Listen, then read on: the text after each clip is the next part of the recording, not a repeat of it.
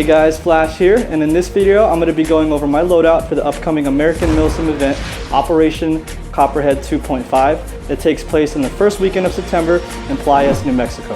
For this event, I'm going to be playing on the green side, which for most American Milsim events is COST, which is the Coalition of Sovereign Territories. However, for this event, I'll be running as PSA for the green side, which is the Pacific State Alliance. Now keep in mind, I did put links in the description below, just in case you wanted to get an in-depth look and pricing of every single piece of kit on this loadout. Now, since this is a 2-day event, I'll be wearing 2 pairs of BDUs. On day 1, I'll be wearing the Multicam Tropic.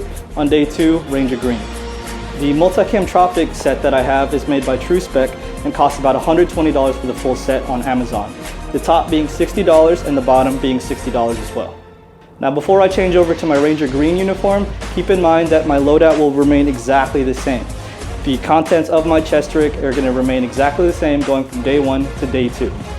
So let me do a quick change over to my day 2 uniform in Ranger Green, just so you guys get a quick look of how it looks like with the loadout. Alright, so the top is made by LBX. It retails for about $100, but since it was on sale during a 4th of July sale, I got it for $50. Now unfortunately, I was unable to get the bottoms, the matching bottoms, for the $50, so I resorted to the TRU-SPECs in Ranger Green, which cost me $40 on Amazon. So now that you guys know what the Ranger Green BDUs look like with the loadout, let's get back to the day 1 uniform. So with the exception of the BDUs, I've really built this loadout on value. I've always believed in practicality, functionality, and value over top tier brands and aesthetics. So you'll definitely see that in this loadout.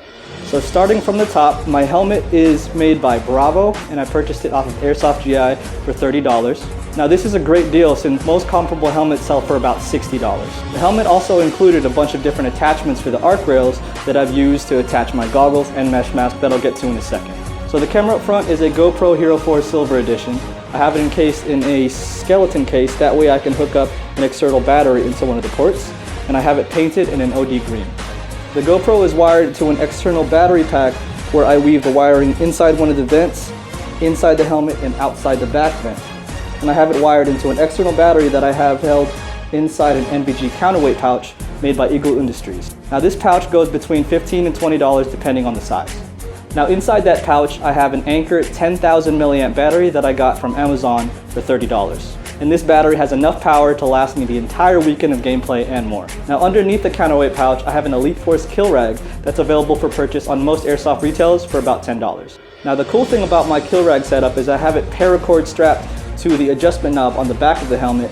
That way it's attached securely, and whenever I do die I can just pull the tab off the back and attach it to one of the retention straps right up here.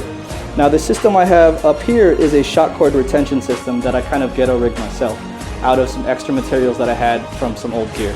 Now if you don't have the extra materials, you can get something like this that's very similar on evike.com for about $10. Now this retention system is really useful for securing deadlights, kill rags, or anything else that you need attached to your helmet. The goggles that I have here are Lancer Tactical, and I purchased them from Airsoft GI for about $15. And as I mentioned before, I actually modified the goggles to accommodate the clips that were included with the helmet. Now the clips clip right into the arc rail of the helmet. That way it prevents any hassle from me having to adjust the strap and put it all the way around the helmet, or prevents any tangling from Face Pro and Eye Pro inside the helmet. The lower mesh mask I also got from Airsoft GI for about $10, and I also modified these to accommodate the included clips with the fast helmet. Now underneath the arc rails there are 2 little clips that I've weaved the straps for the mesh mask into it. So that way everything clips into the helmet and it keeps things very streamlined. So both the goggles and the mesh mask are clippable into the actual helmet itself. The neck wrap here is made by Mil-Spec Monkey, and I got this off of Evike for about $8. My chest rig is a Condor Ronin chest rig and is available on most airsoft retailers for about $30. My radio pouch here is a Phantom Gear radio pouch in OD green. This costs $8 on Evike. And the radio inside of it is a Motorola Talkabout that traditionally sells for about $50 for a pair, so on its own it's about $20 to $30. And the earpiece that I have coming out of the radio is actually an earpiece that is no longer available on eBay, but I will post some comparable earpieces in the links below. All it is basically an in-ear earbud that has a small little boom mic that hooks around to the front that I actually secure with one of my helmet straps. The mags that I have up here up front are actual replicas of the HSGI dual rifle mag tacos made by Yisibo Tactical. These cost $14 each on Amazon.com and they're a great value. So So for the two of these together, it only cost me about 30 bucks, while the HSGI counterpart costs $50 for just one. And inside these pouches, I'm using the Modify 190 round mid caps. These I just recently purchased about a week ago, tested them at a couple games, and they work great. I'm gonna be running 5 of these, so I'll have 4 up front in the 2 pouches, and then 1 in the gun. And on my left side, I have 3 more replica tacos. These are a replica of the HSGI pistol rifle combo pouch, and these I got on eBay for about 9 bucks a pop. So these 3 were about $30, when in comparison, an HSGI model in this style costs about $50 on its own. And inside these pouches, I am running the KWA Flat Dark Earth K120s. However, if the Modify 190 rounders do me well during this op, I may just upgrade these 3 into the Modifies. And inside the pistol portion of the pouch, I have my mags from my Walther PPQ, which I have held inside my Condor VT Tornado holster. It's a universal holster, so it fits any pistol. Inside the holster, as I mentioned, was my Walther PPQ. Now this is a great pistol, and my favorite thing about it is the gas efficiency of the mags. These mags can shoot about 2 to 3 fills of BBs on just 1 fill of gas on warmer days. The accuracy is okay. I'm able to get pretty good accuracy between 50 to 80 feet, but in some cases I can actually get up to about 100 to 120 feet with proper tuning and heavier BBs. Now next to the pistol holster, I have my AMA utility pouch, which I got from Airsoft Megastore for 5 bucks. Now it was on sale for about 50% off during their summer sale, so this was a great deal.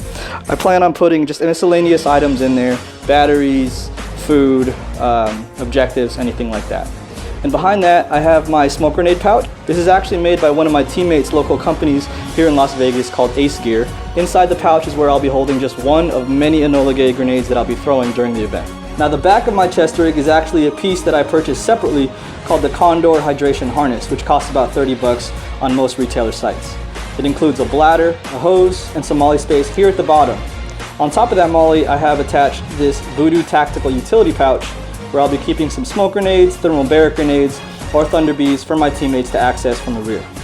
My gloves are the Vulcan Zulu hard knuckle gloves. These go for about $30 to $40 depending on what site you go to. And they're actually a lot more durable than I thought. I've been wearing these things pretty much weekly for the past couple months, and there is no sign of wear. The knuckle portions are actually pretty durable. I've been hit several times from pretty close range, and these things haven't shown any wear. My knee pads are the Hatch X-Tac knee pads. They're the external strap-on knee pads, since the TRU-SPECs don't have the built-in knee pads. These things are working just fine. They're more comfortable than I thought they would be, since I am so used to the integrated knee pads. They don't slide up or slide down, and they're a pretty good value at about only $20 on Amazon. Now my boots are 511 ATAC model boots. These go for about 100 bucks on most retailer sites. However, I did buy mine locally at a 511 store here in town. The sling that I have here I bought from Airsoft Megastore on their sale portion of the page, and I got this for $2. Retail, these go for about $10. However, when I bought it, it was about 70% off, so I got this at a killer deal. I haven't had any problems with it. The buckle is metal, so it's pretty durable. It has a quick detach function, so just in case you really need to quickly drop your rifle, you're able to do that with this sling. My primary rifle for this event is going to be my Crytac Trident CRB. Now I've owned this actual rifle since Crytac was first released, and it is still going strong to this day. I have gradually upgraded it externally, but I've only done a couple upgrades on the internals. Up front, I have the Noveske KX3 sound amplifier in tan. You can buy these for about $45 on most retail sites. The key mod panels here are also made by Noveske, and these go for about $15 a set. The set includes one long panel here, a bunch of the individual panels there, a couple of the hand stops, and I've actually had to buy 2 of these to complete the entire set of the handguard. So if you want to replicate this, it's going to cost you about 30 bucks. The tack light is a non-branded tack light that I got from Amazon for about 20 bucks. And it's a great deal because it shoots out 1,000 lumens out of this thing. And it also includes the offset rail mount and a pressure switch. On top of my rail, I have a Magpul ladder rail cover. This costs about 10 bucks on most retail sites. My optic is a red green dot. This is a Repro T1 aimpoint that I got from eBay at about $30. My backup polymer sights here I got from eBay for about $15 to $20, I believe. The decal right here on my lower receiver is made by a company called US Night Vision Rapid Wraps. This is their tan American flag decal. Now they do have a bunch of other designs, and they go for about 8 bucks a pop. My stock has actually been upgraded just as far as a paint job. My teammate Christian painted this for me in a 2-tone, to kind of complete the two-tone look of my entire rifle. And inside the stock, I'm going to be using an 11.1 volt battery. Now as far as internals go, the only thing that I've done to it is upgrade the spring to a M110, I believe. That brings my FPS to about 350 to 360 with a 0.25 gram BB. And also I have the hop up modified to an R-hop by my homie Jared. So for such a short rifle, this thing has pretty good range. I can get to about 150 to 200 feet with some pretty decent groupings. This rifle has been my old reliable and my go-to for most outdoor type events, so this should serve me well at this event. When I built this loadout, I really focused on functionality, practicality, and value rather than high top tier gear that pretty much does the same thing. So for those of you who are airsofters on a budget, please feel free to draw any inspiration from this loadout. Now once again, this is the loadout that I'll be running for the next American Milsim game, Operation Copperhead 2.5 in Playas, New Mexico. I'll be running with my team, the Wild Cards, on the green side, which for this event is considered the PSA faction. If you guys have any questions, concerns, criticism, or advice for this loadout, please feel free to leave them in the comment sections below. And if you did enjoy the video, please make sure to give me some dap on the like button, subscribe to the channel for any future videos, and share this video with your fellow airsofters. I'd like to thank you guys for taking the time to watch this video, and I'll see you guys in the next one.